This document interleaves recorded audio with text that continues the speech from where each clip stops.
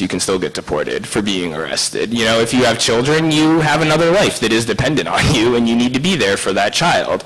And so what we really need to be doing is finding ways to make this movement sustainable for all people. Make it a way that everyone can plug in, you know, because the people who sleep down at the park don't own this. You know, this movement is about all of us. It's about, you know, more than the people who are sitting like up here, like our brother Jackrabbit said.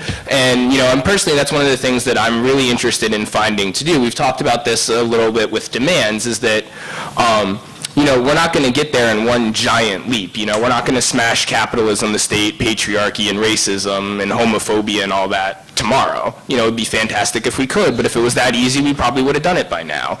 So what we really need to be doing is we need to find, I mean, this is, you know, something I think we need, this is only me speaking, right? But I think we need to be finding ways, we need to be finding winnable victories that we can that will have a real impact on people's lives. You know, Dr. King didn't launch the Montgomery bus boycott with the Civil Rights Act and the Voting Rights Act in mind. You know, he didn't even launch it with the intention of ending all discrimination in Selma, or excuse me, in Montgomery, you know.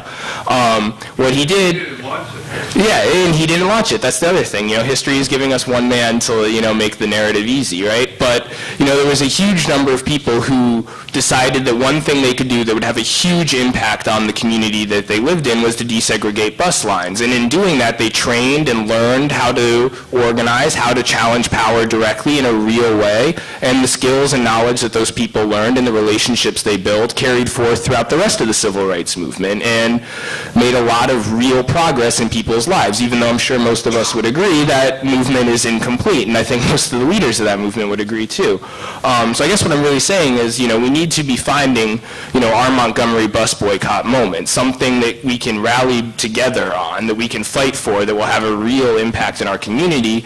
And I can't remember which of the panelists said it earlier that was talking about, you know, it's not like we have a frozen moment in time we're looking for. You know, this is something that's going to be constantly going, it's constantly ongoing. So we need to, you know, we need to fight now, but that's not necessarily